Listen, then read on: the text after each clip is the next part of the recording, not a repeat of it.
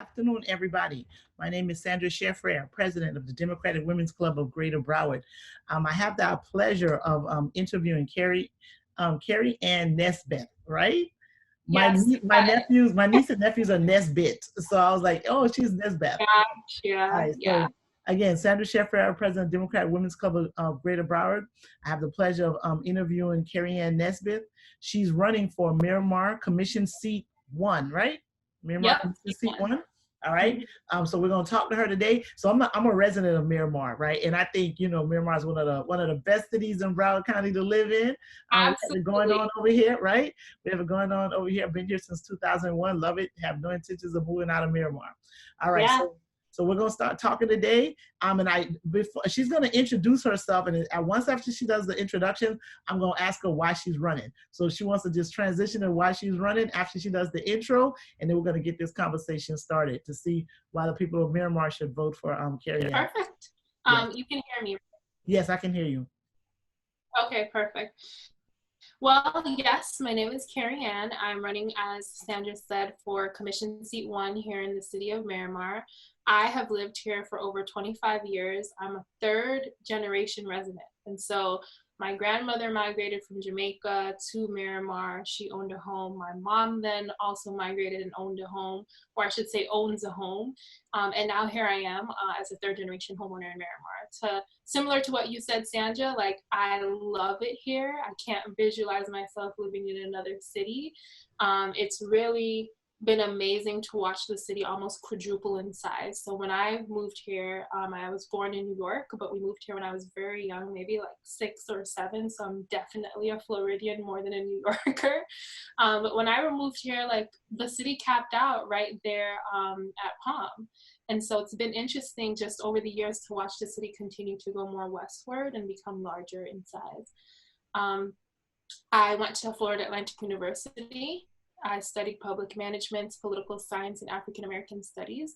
And while I was at FAU, I ran for House of Representatives on campus and championed inclusion and safety initiatives. And through that experience, began to uncover the importance of inclusion, right? Like I think people often talk a lot about diversity. Like we've got tons of different people here representing all these races and backgrounds, but what they often forget to think about is equity and inclusion, right? Because that's what fosters a sense of authenticity, right? Like you can really show up and be your full self. And it ensures that no matter who you are, socioeconomic status, background, educational experience, you have a seat at the table and can truly see yourself thriving and prospering where you are. And so that's a little bit about me and like my passion. I started my career in education, and through that experience, using my knowledge from school, began to really uncover the disparities in educational opportunity and the achievement gap that existed for students based on their socioeconomic status. And one of the things that I actually got deep into was just data. So the numbers really kind of tell you the narrative and the story and the historical disparities that exist, not just in our community here in Miramar, but throughout the entire country, throughout the entire world, right? And the downfall of how your zip code can actually determine your future, whether it's like how much you can earn in a year, whether it's what opportunities and jobs you'll have access to, and that's just not right. So for me, education is kind of the root or the springboard through which you'll have opportunity and unlock doors. So that's my passion area. And it led me to join the Education Advisory Board here in Miramar and actually have direct conversations with parents, students, and how they are mainly concerned about how they'll afford continuing their education after high school. And so I led efforts on the Education Advisory Board to raise thousands of scholarship dollars for students right here in Miramar. And we've actually awarded scholarships to almost 10 different students to actually go and continue their education, whether it's technical school, going to a 2-year university or college, or going on to 4-year. So that's a little bit about my background. And then to your point, I'll transition to why I'm running for office here. I think for me, I'm running for city commission really to give voice to a group that has not historically been represented on the commission. And that voice is for the next generation.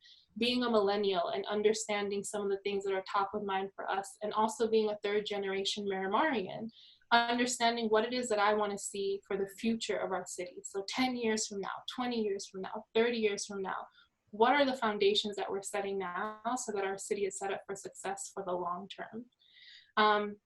I think the other thing is I want to ensure that the seat is leveraged to its full potential by increasing the amount of transparency and accountability between city leaders and residents, so that you're not just hearing from folks when it comes time for election season or re-election. You're actually hearing from them on an ongoing, consistent basis, to the point where you're like, I spoke to you last week, please leave me alone for a little bit, which is not the feeling that we often have when we think about our city leaders, you know? And I think the other thing is going back to the Education Advisory Board and seeing firsthand some of the challenges that parents and students are facing, also then speaking to some of our school leaders right here in Miramar and understanding that family and parent engagement is also some of the root causes to increasing, or seeing a decrease, I should say, in student academic outcomes. And so really working to create those opportunities in our city for that to ring true for not just school leaders, but the parents and the students themselves. And then the last thing, I served on my homeowners board for the past few years. And through that experience, I really got to see firsthand some of the challenges myself and neighbors experience related to transparency and ongoing communication and open dialogue with city leaders. And so with all of that being said, it's those very things that inspired me to respond to the call of my community to run for office and, you know, make sure everyone has a voice. Yeah, so that those are all definitely all great things. And you were in Miramar before me, because if you said when you started living far past Palm, I mean, I live like out west, like near Silver Lakes, and so there's so many communities that happened since I got here. I mean, they opened up Pembroke Road. They added like their communities that are past, because we used to be the last development, and then now they have Princess Lake. Then they went south, right? South used to be a whole bunch of bushes, and now they have like that Nautica community and Riviera Isles and all of that. So it's been, the park wasn't here, the hospital wasn't here, like Memorial Miramar wasn't around, right? So I saw the hospital, I saw the park, the amphitheater. So they've done a lot, right? I remember when Memorial Miramar, I remember when they had their career drive, because my mom is a frontline worker and she works at Memorial Miramar. And I remember when she was like, come with me, I'm gonna like go and learn more and get an application. It's been what, almost 20 years now, I think, or maybe like 15. It might be more like 15, because I do remember when they had the 10th anniversary. So I don't think it was 20. So it might be like closer to 15 or something like that. So, and that's been 15 years. And now you see they're about to build even more communities out there. I keep getting sick to see, like, get a tour or something like that. So it's growing. You know? It's definitely grown. And so it was interesting that you would say, like, I want to see where else the city wants to go, because I also talk to, you know, candidates that are running for other cities. I'm not going to call out any cities to make it seem as though they're not the place to be or anything like that. But I know one of the things, but one of the things they always talk about is like, oh, we don't want our city to be a drive-through city where people just like basically drive through their city to get to the next place, right? They're like, they're not stopping in. And I'm like, Miramar is not a drive-through city. Like, people come here to go to concerts. We get the circus. I mean, it's a lot. We have like festival. It's something always going on. We're not a drive-through city. No, not at all. Did you see that we're having Horrorland? For some reason they market it as Miami, but I'm like, no, it's in Miramar. But even with Halloween, right? Like, given the pandemic, we have to completely pivot how we celebrate, right? I think even when we get to the holidays, it's going to be so different. But we have the first South Florida drive-through haunted house, and it seems like it's grand in scale right here, like at Regional. So I agree, it's not a drive-through city at all. The only thing I think that I would critique, which is part of my vision for running for commission, is increasing the amount of day-to-day entertainment businesses that we have in the city, because that's the only time that I do realize family, friends, and neighbors leave the city, is when it comes to wanting to go to a large shopping mall. Right, like the Aventura. Pines. It's kind of like we gotta go, but it ain't that far. That's true, but then when you think about, though, it's right down the street, right? Like less than 5 minutes. depending, no matter where you are in Miramar, it's 5 minutes away, which is also a plus. I feel like Yeah. we're 5 or 20 minutes away from everything.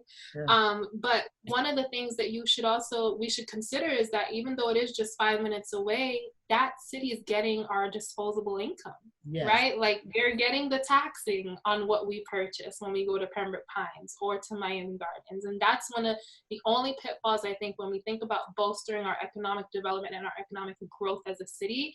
Yes, housing for sure, because we want to be known as a place where families can come and thrive and prosper, but we also want to be known as a place that you don't have to leave and just go 5 minutes outside of the city to go see a movie, right? Like we don't even have a movie theater. Mm-hmm. And I mean, granted, things have been very different and I haven't been to the movies since March, but even something like that, I would definitely want to champion the building of a new movie theater right here in Miramar. And even something small as that, which, you know, I think cities often overlook their movie theaters, but that could drive so much revenue for our city because people are then spending the $25 on a consistent basis to increase those taxes that we then collect as a city. Right, and since we're dealing with COVID right now, it'd be great if they could build like a drive-in movie theater, right? So because the world is changing, right? So people are, you know, now, I mean, I wanted to see a movie that came out the other day, and you order it on demand and you pay $20 for it, and that's it. So you're not leaving your house because people don't want to go into movie theaters, even to the point where the studios don't, certain movies, they're like, we're not going to release that movie if people aren't going into the theater. 2023, Exactly, especially if it was a film that they thought they were going to make a bunch of money on. They're not going to put it on demand. They're not going to release it because people aren't going to the movie theaters yet. So since we are in this space and we may have a couple of years before people really start going out, that's definitely something the city should consider, because doing everything moving forward is going to look extremely different from what it looked like, you know, before. They piloted something like that, I want to say a couple weeks ago, the free drive-in movie theater experience for The Lion King. Did you hear about that one? Yes. So to your point, like, let's start charging, and you know, the money that people would typically spend at the movie theater, let's actually do the blockbuster premieres and pay to have those movies, and then show them. We used to do that in college, where we would pay a fee to get a movie that was still in the theater or just recently came out the theater before it hit TV. But yeah, I love that idea. Those creative solutions to still address the need for entertainment, but then also do it safely. You do it safely, absolutely. So you talked a little bit about your experience in your introduction on why and what experience you have for this experience. You said you ran for office while you were in college and you part of the education board. Is there anything additional that you think a person need to have this job, or it's just that, you know, the passion in and of itself is enough to do this work? Yeah, that's a really great question, Sandra. I think it has to be a perfect blend of both, right? Like you have to have the grit, the determination, because even though I have experience that I believe has prepared me to be effective on day one, there are still going to be things that you learn on the job, so to speak, that you just couldn't predict, whether it's the interpersonal relationships that you have to build with other city leaders, or just understanding and getting acculturated to the way things are done at the specific working environment, right? So regardless, you have to have the grit, determination, and the passion for this work, and to more importantly, serve the people who've elected you, right? So I don't think that you should have a personal goal or vision that you're trying to accomplish, like it's a stepping stone to the next thing. It should truly be because you want to have the reflection of the vision of your residents and your neighbors to be seen at the leadership role. However, I do think that there are key things that you should have experience doing on day one.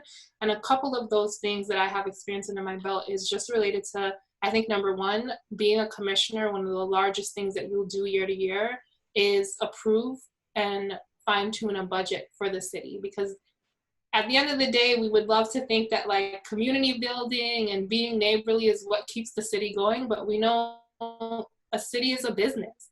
And so making sure that the budget is approved and is effective and is sustainable, and that there are contingency plans. So even with COVID-19,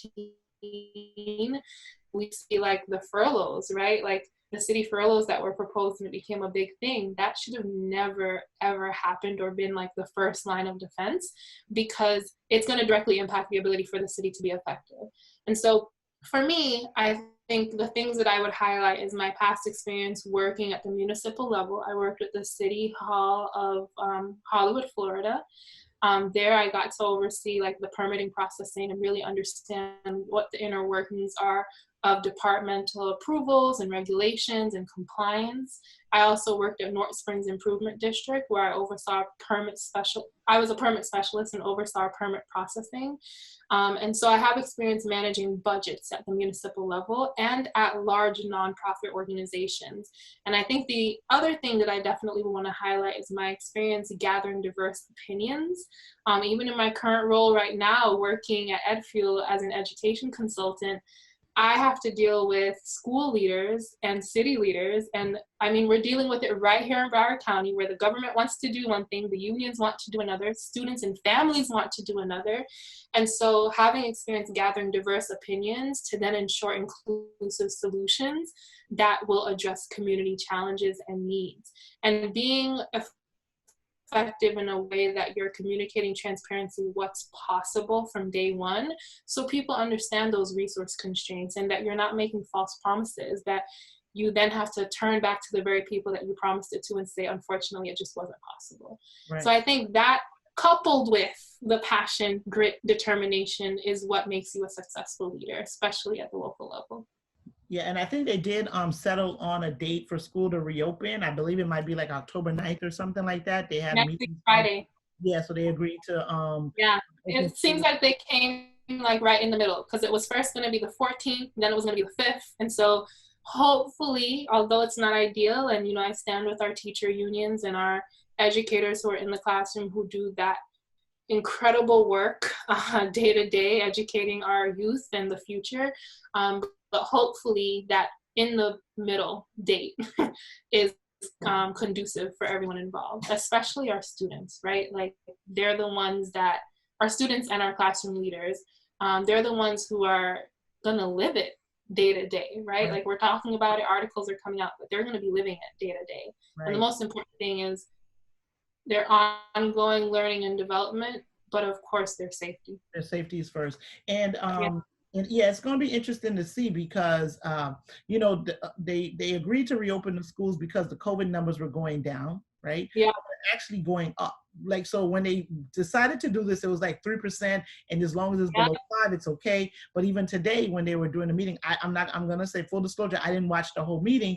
I saw part of it, and they were like, yeah, we're at 4% because of the numbers that came out yesterday and today. So, you know, it's trending upwards, right? So, and part of that is always because they reopen without having like a really good plan in place on how we're going to reopen. And, you know, to keep people safe, you know, because folks say, well, it's open, that means I can go. And then if they don't have a mask requirement or a distance requirement, and we keep running into this situation. So when I hear these things, only thing that always come to mind is like, elections matter, your vote matter.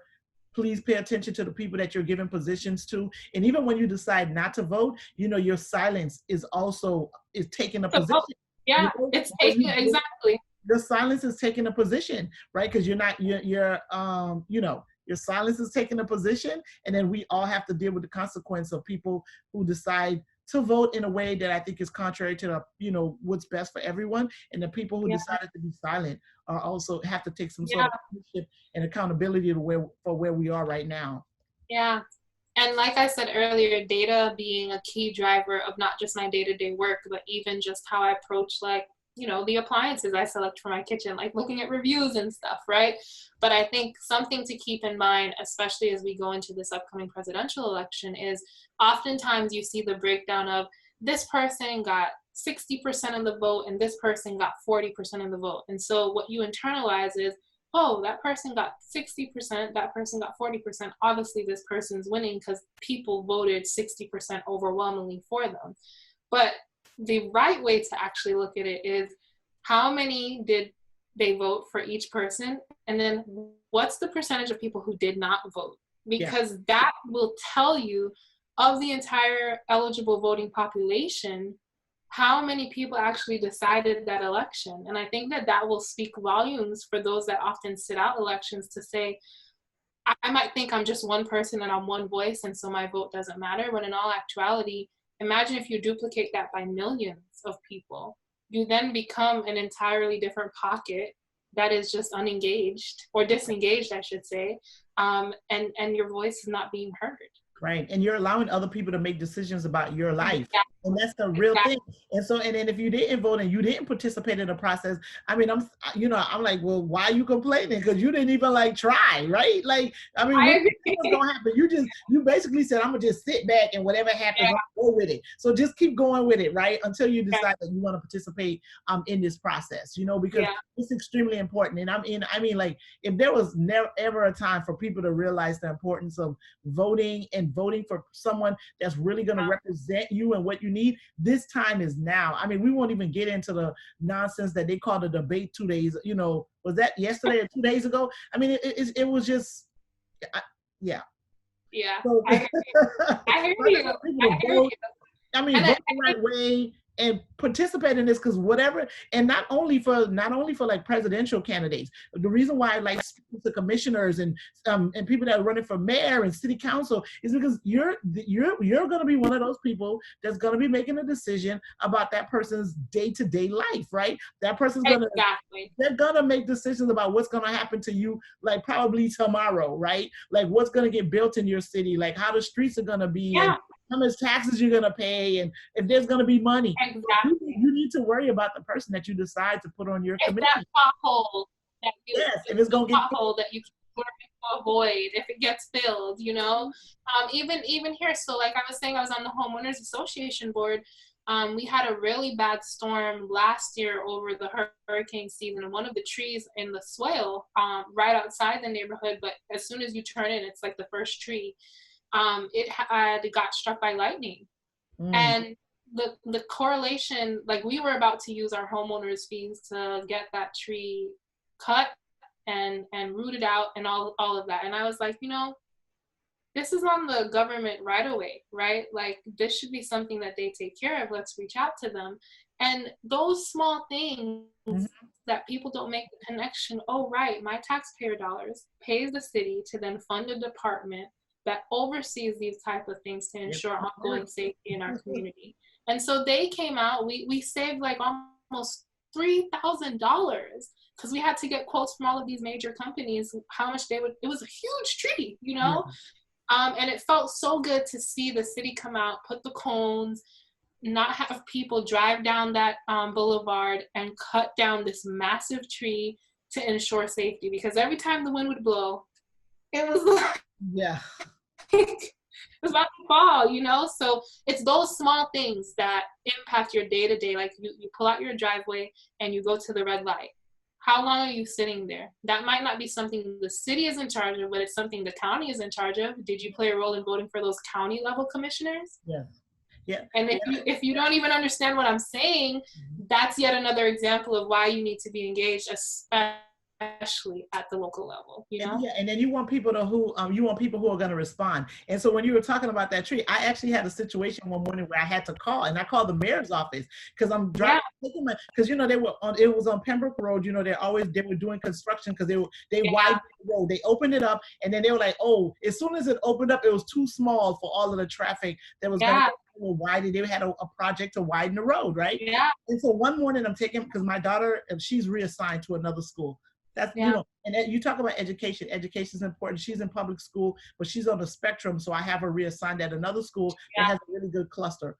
Big supporter of public education, but I also have a son in charter school. You have to do what's best for your kid, right? Of course. And that's why it's important to have those options, right? So that as a parent or guardian, you make the decision with regard to what is the best solution for you and your family, Absolutely. So it's in the morning, and the construction guys like stop traffic so they can do something in the street, right? And so I'm like, okay, this is gonna take 2 minutes. 15 minutes later, like now I'm a lunatic. I'm an absolute lunatic because I'm late. Like she's late to school. I'm late to work. All of these people are sitting here, and I'm like, how are you doing construction at 7:30 in the morning? Like you're supposed to stop that, right? So I get on the phone and I call the mayor's office. I'm like, yo, what are you people doing? This is ridiculous. And you asking the workers, and they're like, nobody don't know nothing, right? I'm like, so I'm on the phone, and they was like, well, go to Public Works and tell them what happened or whatever. And I'm like, and if you're gonna do this, you're supposed to have a sign up to let people know. So in case they need to go a different way, and literally, I said this, and they said, go to Public Works, tell them what happened, and they gave me the information. So I went to Public Works because I told you I was like so upset, and I'm like, yeah, what happened again? So but the mayor office, they listened to that poor person that answered that phone. They were good. They didn't yell at me back, and then it's like, I understand. I don't know why this happened, and on and on. So then I go to Public Works, and I was like, you guys don't even have a sign to let people know that there's work. As I tell you, that afternoon, there was a sign up letting know when the construction was gonna be. It said it was gonna start at whatever time at night. It would be done in the morning by 6 a.m. And we didn't have that problem anymore, right? But how empowering did that feel? That you dedicated the time to do that, and then you saw the result literally right away. Right away, like literally, like that afternoon, there was a sign up with the flashing lights, and those are things that people need to do, right? And then you also have to have a mayor or a commissioner that's willing to listen, because they could have been like, whatever, she ain't finna come in here acting crazy. We're not gonna do anything about it. But they really responded like right away, and I was like, okay, so I'm good with y'all. That's why I live in a great city, right? Because even if they, they were willing to, and they were willing to acknowledge that they made a mistake, and they took care of it right away, and then we're good, right? So definitely. So the next thing I usually talk about is development plans. You've already said some of the things that you want to do. So we have a lot of entertainment, but it's not all the time, like you said. So one of the things you want to do is have it where we can have a movie theater, have a place where people can go out and eat, and those type of things. Are there any, I don't know if we need any more places to live around here. I don't know what your thoughts are on there, but are there any other development plans that you think the City of Miramar needs, or that you think we should work on? Yeah, I think so. We had that $60 million bond a few years ago. Do you remember that? And that's what helped fund the amphitheater and some of the improvements that we've made in historic Miramar. And that, to me, was a phenomenal solution. Again, I was much younger, but having gone back and refreshed my memory, like, all of those were phenomenal things. I think one of the challenges or pitfalls, and when I've been speaking to residents, is that came with it an increase in taxes locally. Yes. And so there was a direct correlation of, boy, I have to pay more in taxes, but also this amazing thing is happening. But the long-term plan of those amazing things happening, so those tax increases happened like, what was it? I want to say early 2010-ish. Yeah. And so you didn't start to see those until more recently, right? Like the amphitheater going up, seeing the beautification in historic Miramar. And so I think for me, it's really figuring out some of those creative solutions. And I think that involves our small businesses and actually leveraging and building a relationship with them so that they can play a role in increasing the economic development of our city. And so for me, I have become like really aware of my environmental footprint. In college, I did a lot of work with green initiatives to foster inclusion and safety on our campus. And a lot of that was like, long term, what does FAU need to do to become more green so that we are not relying on a ton of gas and fossil fuels and things like that to function the campus, like turn the lights on and things. And so for me, it's how do we get creative with having our small businesses play a role in becoming more green as a city? What are those incentives? What are those grant programs and opportunities where if you invest in solar panels or solar energy, or if you commit to decreasing your footprint by 20% over the next 3 years and have something, a mechanism to track and, publish your results over years, what are those incentives so that they begin to invest not just in their business, but their business in our city and see themselves as part of our city for a long time? I think the other thing is, even with COVID-19, right? Like we've been having food distribution drives. How can we partner with our small businesses, especially our restaurants who have been hit extremely hard in this pandemic, where we're partnering with them to actually purchase meals and distribute hot meals, right? Not just the vegetables and the fruits, which are extremely meaningful, impactful, and empowering for our families, but those hot meals, so that we're building, again, a high-touch relationship, exposure for our residents to come out, see us, socially distanced, of course, but then there's an incentive for those small businesses to actually provide us with those meals and get a check from it, and we're helping to sustain their continued longevity in the city by keeping their doors open, especially during this time. Right. Yeah. Yeah. And those things are definitely important. And some people are trying to survive, but it's really really hard. You know. Yeah, Yeah. It really is hard. The other thing I usually talk about, and there was another thing about the development and environment that you talked about. I know that people have concern about those high density environment. One of the big things that if you're into worried talking about the environment at all, the water quality is a really big thing, especially when you have like such a big increase in population and how yeah. you're building. And those are all things that we definitely, want someone in office to take into consideration when they are agreeing to, or they're going to decide on Yeah. a plan for the city. So I think I'm uniquely well positioned for this. So as I had mentioned earlier, one of my first municipal level jobs was at North Springs Improvement District, which is a water management plant, right? And so in my work day to day, I focus on creating and ensuring mechanisms to prioritize the ongoing safety of water and sewer systems within Coral Springs, which is where North Springs Improvement District is located.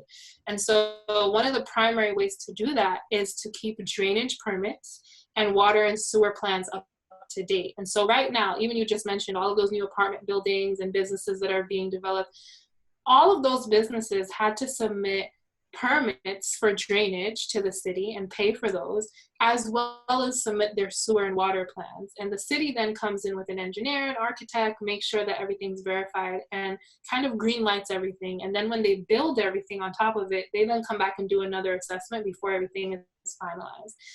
I think one of the things that people probably have very top of mind is our neighboring cities. And again, just like you said, not to name any cities, not Yes. throwing any shade, but we often hear a lot about boil water effects, like every Yes. other It's something week going into exploded. account.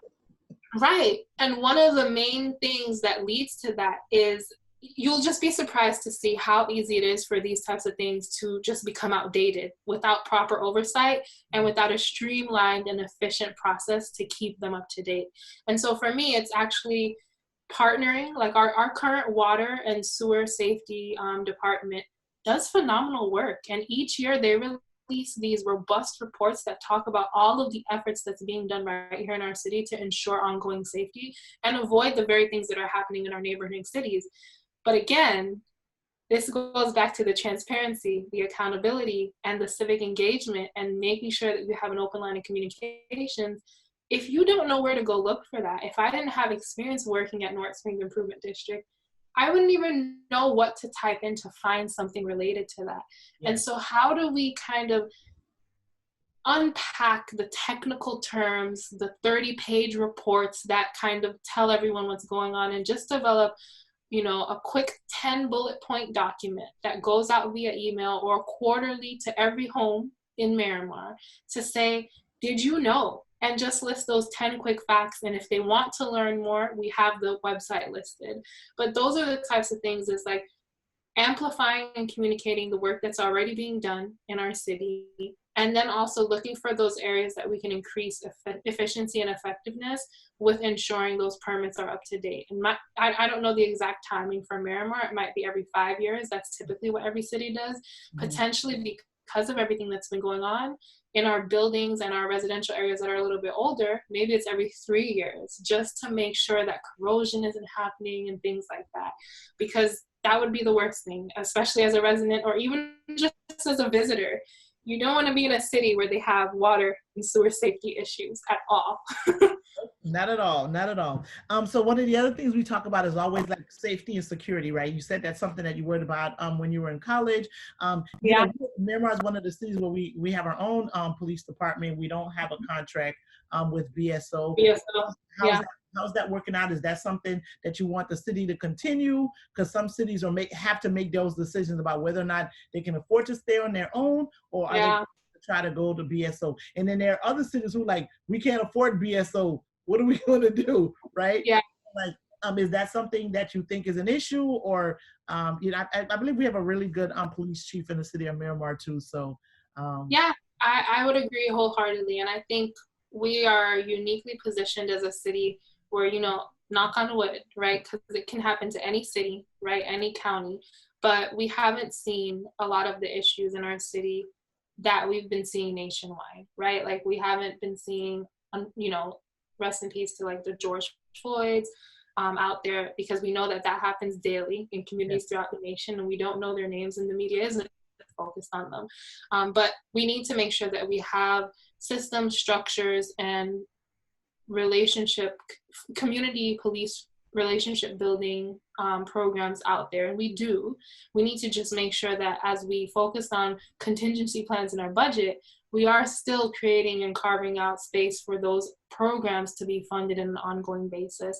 And so I don't know the exact program name, but we definitely have things where you can have a coffee with a cop. That used to happen on a monthly basis before the pandemic, and they're well attended. We also have those programs where the police officers go into the elderly homes and make sure that they're speaking to our residents that are often sometimes unfortunately forgotten, and helping them out in many different ways. And then I think the things that's most important, they have a ton of school-based programs. We're one of the few cities that have had a school resource officer even before it was mandated by the state. And so that's also something that I've been thankful for. Like, I remember having a school resource officer when I went to schools right here in Miramar. I went to Sea Castle, I went to New Renaissance. And so literally we've been ahead of the game when it comes to some of those community building programs. I do think though, we should continually assess and evaluate our oversight policies and protocols, and ensure that we continue to have those boards that the mayor actually recently put forward to ensure that we're continuing to engage the community and come up with I think it's like the top 9 adjustments to the police department, like de-escalation. What are the steps for de-escalation? We've already banned chokeholds, right? So again, all of those things that we are now seeing a ton of police departments focus on, they have been top of mind for our city for a long time. And then I think you did mention funding our police department versus having BSO and contracting with them. I think that really boils down to what do we need to do and prioritize from a budgeting standpoint. Right now, I think we do really well with kind of having checks and balances with the amount of budget that goes to the police department compared to some of the other cities that often see shortfalls. But I think we just need to continually assess and evaluate that on a year-to-year basis when we are looking at our budget to determine, are there advantages with contracting with BSO, and what are the pros and cons of keeping our police department led by the city? And until we get to a point where one becomes blaringly better than the other, I stand with having the Miramar PD because of just the amazing work that they do. But again, we do need to hold them accountable if and when things don't go as well, or they're not following procedures or policies, and there's misconduct accusations. Yeah, and you said about the school resource officer, like my daughter's school, she has one there, and I'm telling you, and she's engaged. She's like, she knows all those kids. Yeah. I mean, it's like good morning.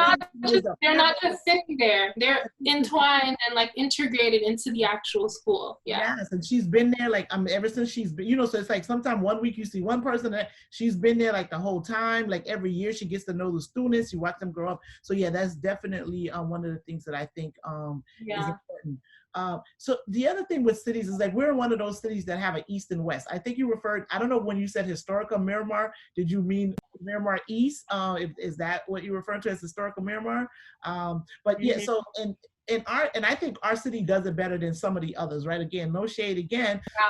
But we do have, sometimes there are disparity in resources, right? So like we're all in one city, like the money supposed to go to everybody. How is it more goes to one place and not the other? And like what can we do to make sure that there is equity, right? Inclusion in all of that, right? So people that live in Miramar East should know that there's certain things that the city are responsible to do. Like you guys knew to call them to like, cut this tree down, right? There's somebody else that probably can't afford $3,000, but $5,000 and paid for that. So how do we make that connection to let some of the other residents that live in different parts of the city know that they're also part of it, and they should be engaged, and they're entitled to certain resources, and they should participate and be part of the process, and that the commissioners are interested in meeting their needs.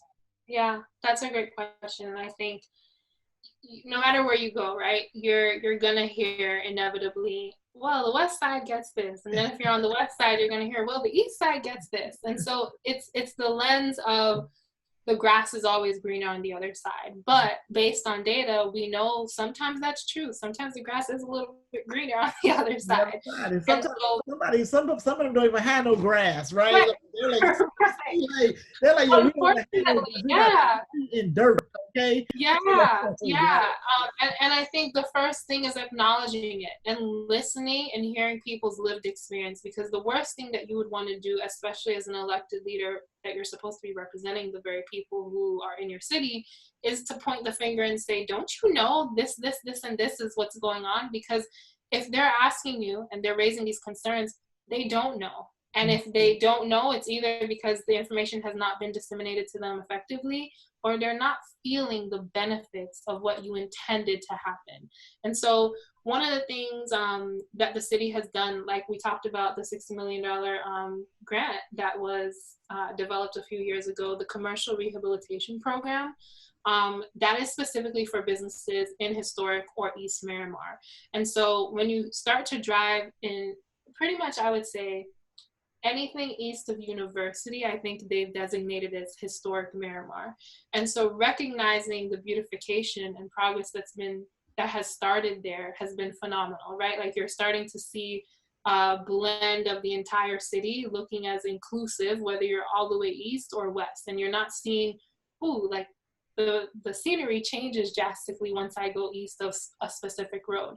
And I think that that's part of it, right? The aesthetics and making sure that it's equal across the board.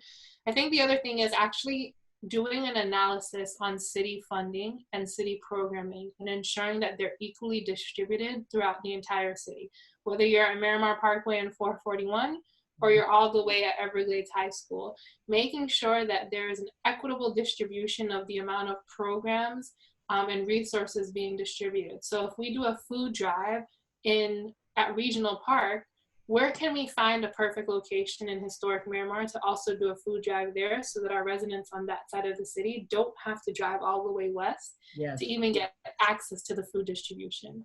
There are a ton of different programs for like K through 12 youth that often tend to be like at City Hall or at some of the schools located out west.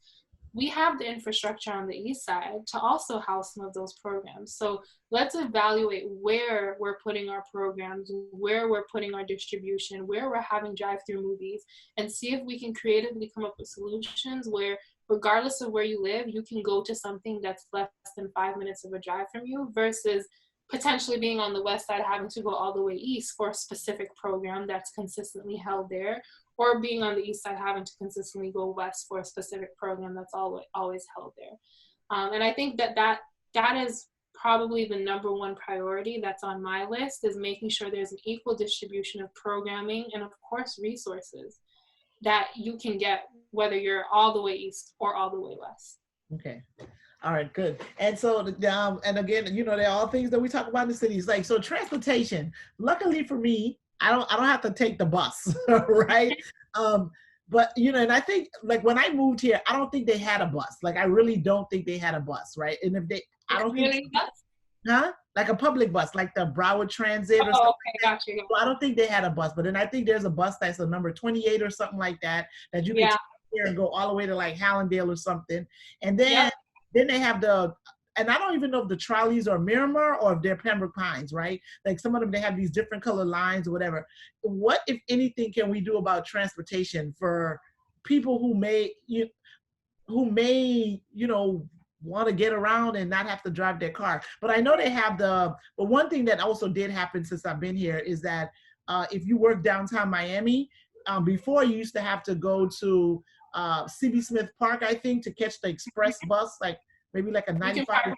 But now you can park at the park, and like there's a bus that takes you into downtown Miami. But sometimes people don't want to go to only downtown Miami, and they don't only want to go east. They want to take a bus and go somewhere else. Is there anything that the city can do to work out with Broward Transit to maybe bring more public transportation so we don't always have to drive? Or is that something that's it's a lot of cars around here. I think some of my neighbors, they're like 6 cars parked in the yard. I don't know why, but it is. So maybe they don't want a bus. Yeah. Well, I will say I definitely back in the day, all throughout high school and shortly after I graduated high school, and while I was in college, to be quite frank, I rode the BCT everywhere. So I would take the 28 to the 7. I forget the third bus number, but sometimes I would have to leave my house, walk out to university to then go all the way to Fort Lauderdale to get to work or to get to school. Hmm. And then when I got my first job, I worked at Target in Miramar.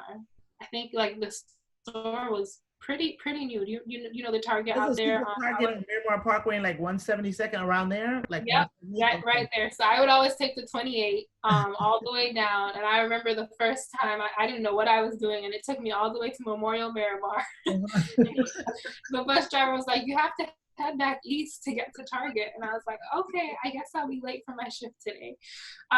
But yeah, so there's BCT, like you mentioned, the 28, which is the primary bus in Miramar. That goes all the way west to all the way east. And then we do have the free community bus service. I think there's 4 different lines because I would take it to the mall. Okay. Again, having Okay. to leave the city to go to the mall. But I would take it to the mall and then take it back to the city. But I think 2 things come to mind when I think about public transportation. The first one is, again, going green and having like our buses be as green and as energy efficient as possible. That's the first one. The second one is safety. I think especially after these past few weeks, having seen some of the safety challenges on the Miami transit system, people just like randomly getting attacked. Have you seen some of that on the news? Uh, well, so I'm okay. So I sometimes see them, but I don't see it a lot because I'm not one that I don't. I read more of my news than I watch. So I wish I read that and I didn't actually visually see it, but yeah. I So think the primary thing is ensuring energy efficiency, ensuring safety, and like you said, increasing access. And so right now, our community bus service is free. We only have 4 different routes, and so they only go to specific areas throughout Miramar. How can we expand that? Like, how can we actually assess from the community where are those route needs? How are we engaging to say, okay, these are the current paths. Are there any major landmarks that you would utilize this bus service for if it also went there? And then reevaluate what those routes look like over time. And I think that would help with increasing the mobility of our residents, whether you want to save some money and not have a car and just rely on those community and BCT services, or you also want to just decrease your carbon footprint, right? And utilize those bus services so that you're not constantly always using your own vehicle.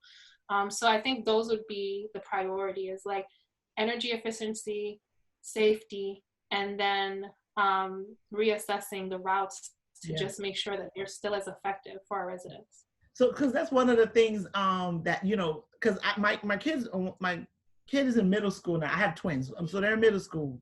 But they're Mm-hmm. not in the same grade. So one's in middle school, the other one isn't. And so I'm thinking about when it's time for them to go to high school, because I have to make arrangements for them. I mean, we're home now, but Yeah. last year I used to have transportation. I paid someone to take my son to school, and I took Yeah. my daughter because they go to 2 different schools in 2 different directions, right? But I'm Oh like, wow.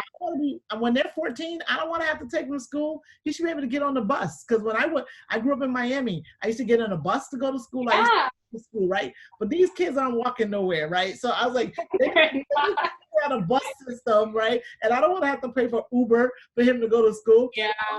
So I think I'm just kind of dropping some hints that, like in about 3 years, y'all need to have some buses that's like gonna take this kid from this house to school. So, Yeah. And so I I have to figure I out don't how know if he's gonna you know get the there. program, but Broward County actually does have some resources where you can have for free a service where if you do have a student that's in a school and they don't have access to like the school bus or public transportation, there are some programs out there where they'll actually come pick up your student, take them to school, and drop them back home. Mm-hmm. But with programs like that that are just phenomenal, right? Like when you hear that, you're like, what? Yeah. There's just limitation and resource constraints, And so Yeah. even with that, there's often a wait list. And so Yeah. that's why I think the reevaluation of what are those primary landmarks that people need to go to, because you never know, there might be 20 other kids or even adults in your community that need to go to that same route. And now all of a sudden they're like, oh, Yeah. Okay, Yeah, maybe I'm we not should have trying a to, vocal and I'm not trying to group. put private bus companies out of business. I'm really not trying to do that, right? Like I'm not, I understand small businesses, people got to Yeah, make their money, but some of these kids are a little. I think they're just a little spoiled, right? So they need to be able to go on a yeah, public bus as opposed yeah, to parents paying for them to have a private person pick them up in front of the house and yeah. at school, because you get a certain age, dude, get on the bus already. But there's really no bus for them to get on, and you I feel have to this. get My that independence. my younger sister is the same way. She's like, I'm not getting on the bus, and I'm Yeah, like, I used to have to take 3 buses to get to my location. But yeah, I completely hear you and understand. yeah. That's Yes, and if it doesn't make sense, if the transportation doesn't make sense for them to get on the bus, I'm not gonna have them just ride around in circles for no reason. But I right. think that is something, because some people are moving here. They're younger. They have kids. We don't all want to be chauffeur dropping these kids off to school. They should Yeah, get on the bus or something. and then Right? that becomes your other part-time job, just the transportation alone. Like the lunch lady, the driver, the tutor, all of this other stuff. Okay. All right. So we're coming up on the hour. Yeah, The other thing and I'm not sure how this is going to affect Miramar. And I think Miramar may be one of those cities there's a combination of rentals and a combination of homeowners, right? So yeah, there's a moratorium on evictions. People have a lot of people lost their job after COVID. It's going to get rough in November, right? Because I think they've extended it like this month. I suspect that if they do it in November, it'll be for the purpose of the election or anyway. And then starting in November, it's gonna start looking real ugly around here. Depending on yeah. whoever wins or lose, it's gonna start looking pretty ugly in about December. Is there anything that that Miramar may be doing? Do you know if there's anything that's in place in the works to kind of provide some sort of assistance to folks, or Yeah, give them some sort of direction on what it is they're gonna be able to do when they yeah, start putting folks out in December, yeah, which I suspect is gonna happen?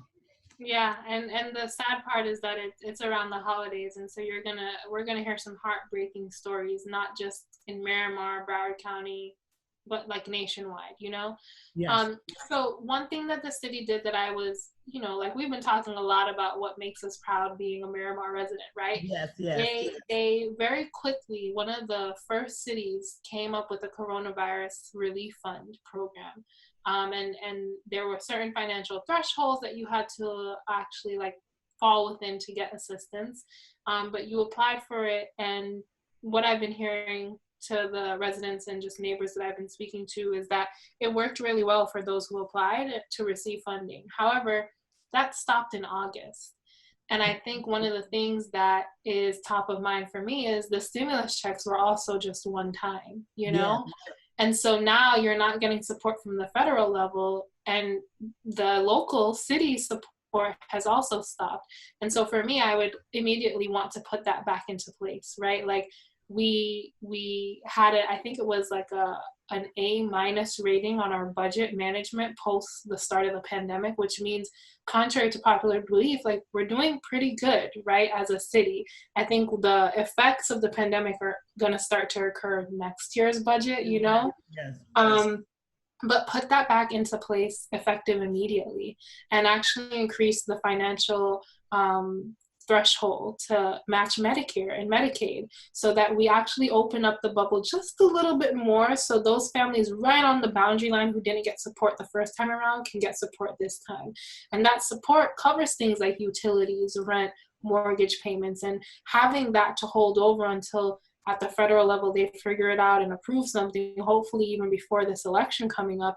Because what we don't want to happen is that we see a ripple effect of the effects of people not being able to afford just day-to-day expenses, which increases housing instability right here in our city. And I think the other thing too is like we've already seen homelessness increase right here in our backyards, right? Like I think when I looked at the numbers, there was a 20% increase in homelessness in Broward County. And that's pre-pandemic, right? So that's last year compared to the year before that. If we don't figure out solutions to help landlords, renters, homeowners immediately, that number is most definitely going to skyrocket in the next few months, if not even over the course of the next year. And so I think my solution and policy proposal or legislation proposal would be to put that coronavirus relief fund back into effect immediately. Mm-hmm. Yeah, those things are definitely important. I know that because of COVID, it's very difficult for people to really engage with the residents, right? You have to find a way to communicate with them because you want them to vote for you. But sometimes it's hard to like just go to their house and be like, yo, let's talk about what you need. Right? So how is it that you're communicating and engaging with the resident to find out what it is that they want and need? Because oftentimes people decide to run because it's something that they want to see happen, and sometimes what they want to see happen may be inconsistent with what a lot of the residents want to see happen, right? And then what the person who wants is important, and sometimes you kind of have to get the resident to understand, like, yo, this is important, because oftentimes most people don't think about the water, right? They figure it's like, yo, I turn on the faucet and the water comes out and it's clear and I can drink it, so they're not thinking about how that happens, right? They just get the water. So sometimes someone can be running and say, listen, I want to make sure that every time you open that sink that water is good, right? It's consistently clear. Yeah, that is consistently clear, and you ain't gotta boil it, right? For like 2 days or something, because sometimes. Right.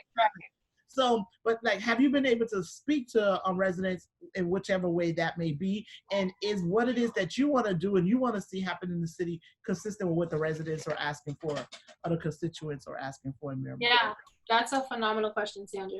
So it's been tough, I'm not gonna lie, right? Like, engagement today compared to engagement 6 months ago is very different, even with family and friends, right? And so the number one thing that I've been doing is actually like what we're doing today, right? Like, we're having a virtual event that people can access via Facebook, via Zoom, and spreading it. And I saw that you paid so that as much people as possible can see the ad to actually come to this. Yes. And so those very strategies are the same things that I've been deploying to ensure that I am reaching people virtually, because one thing that has not changed, if anything it's increased, is people are on the phone or on their computer way more than before the pandemic started. And so that's one of the most strategic ways. I did a virtual meet and greet that was well attended. I've had events speaking with frontline workers about COVID-19.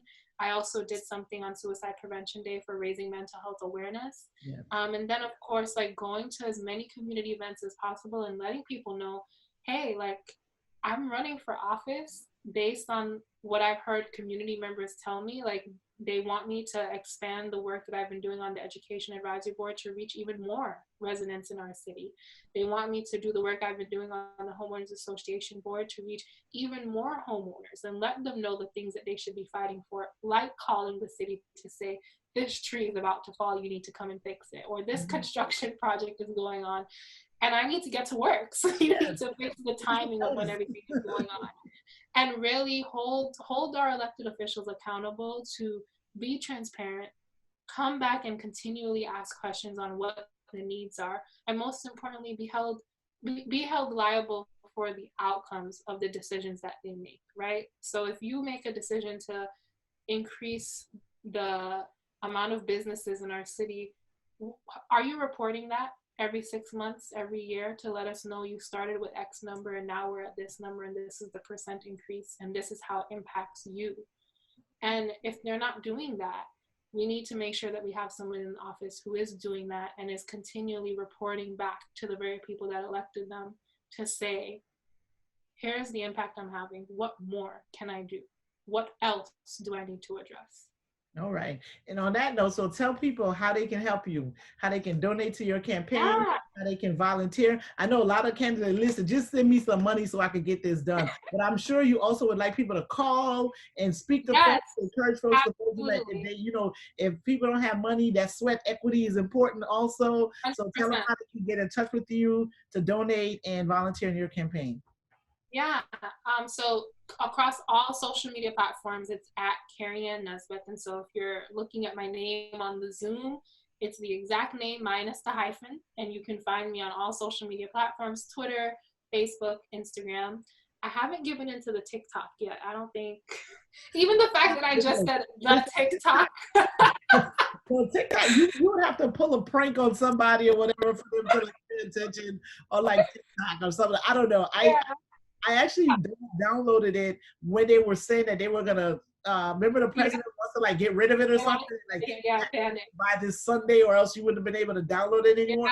You know, that's like my sign of like, you know, let TikTok. So I put it on my phone, and then like an hour and a half later, I'm like watching videos. I'm like, I don't have the life to be watching videos for an hour and a half. So I leave it Isn't alone. it funny how it sucks you in though?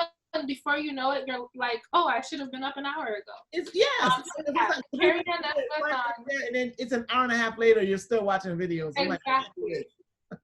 So yeah, Kerri-Ann Nesbeth on all social media platforms. And then I think one of the most important ways that you can stay in touch and volunteer is kerriannesbeth.com.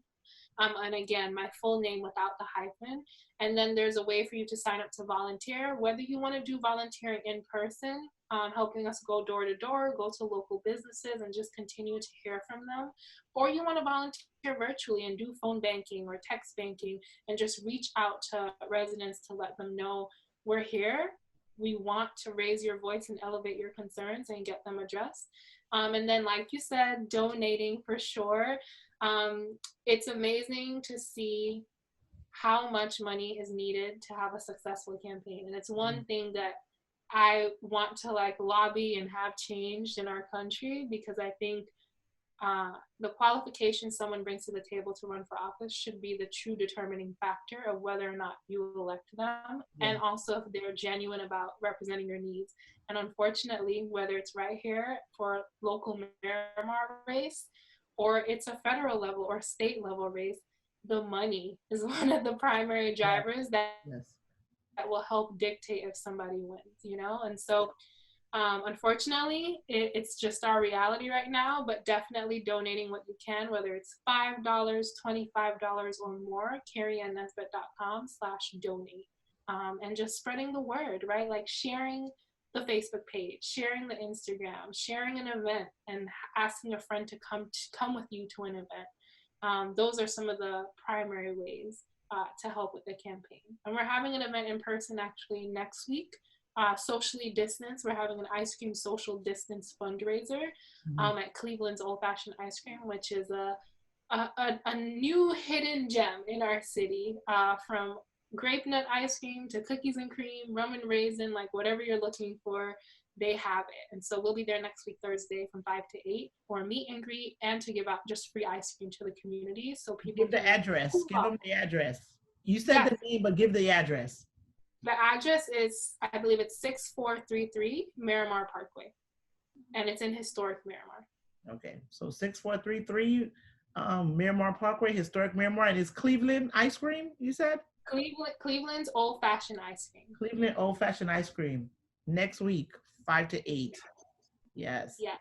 Okay, and are you doing any literature drops? Because I know some of the other campaigns. Sorry, somebody actually just messaged me. It's 6933 Miramar Parkway. Okay, so that's what's up. Okay. Let's we're gonna type it in the chat. Perfect. 6933 Miramar Parkway, and we'll be there next week, Thursday, October 8th, from 5 to 8 p.m. October.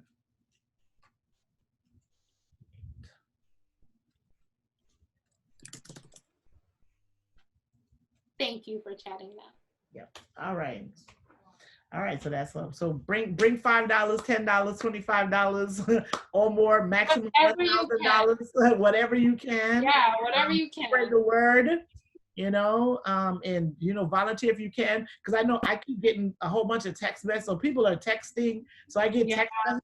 Okay, I mean, I've been getting text messages from campaigns that are outside of the state of Florida. I'm like, I can't vote for you in Louisiana. I'm sorry, I can't vote for you in like Pennsylvania. They're probably doing that though because they're like, let me get someone to donate, you know? Right.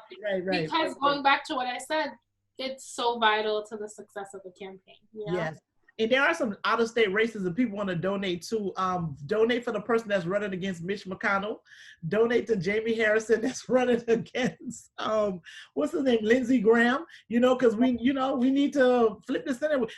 Donate to the person that's running against Susan Collins in Maine. Yeah, if you want to donate in out-of-state campaigns on the federal level. But one of the things that I did say during this interview is like these local seats. These are the people that are making impact your day-to-day life. So you need to be giving them that money, because they're the ones that's literally making decisions about your day-to-day life. So Yeah. Kerri-Ann Nesbeth, like BETH, all social media platforms. She ain't get on TikTok yet, y'all, but she wants to check her out. I might make my debut. You know, you never know. So I want you to check her out. Volunteer if you can. Give money for sure if you can. Go to the social October 8th at Cleveland Ice Cream, Old Fashioned Ice Cream, 6933 Miramar Parkway, October the 8th between 5 and 8 p.m. Get some ice cream. Bring a check. I think they could give you cash up to $50, but they have to be able to like write. They have to write their name. And we'll have we're gonna have some paper where you fill out all the things I need to report. Because let me tell you who I don't want knocking at my door. Exactly. All right. So all the forms give you an opportunity to make your closing statement. Tell the people why they should vote for you. I'm not gonna give you a time limit. I want you to have the last word. Oh, and the other thing, we got to talk about voting. So early voting. October 19th through November 1st is early voting in Broward, 7 a.m. to 7 p.m., right? Early vote. People vote by mail ballots were already sent out. I got mine a couple of days ago, but I'm actually going to early vote. So if you want to send in your vote by mail ballot, mail it out no later than October the 17th. Once October the 17th happened, if you didn't mail it out already, you need to take yourself to an early voting site, and you can turn it in at an early voting site. So that doesn't mean that you have to actually go there and early vote. You can actually drop it off at an early voting site. So just do that, right? To make sure your vote get counted. And if you're voting by mail, make sure your signature is up to date and current. Put your phone number and your email address on there in case something's off or wrong. They can fix it. You know, you have a chance. They're not going to fix it. They can call you and have you fix it in order for your vote to count.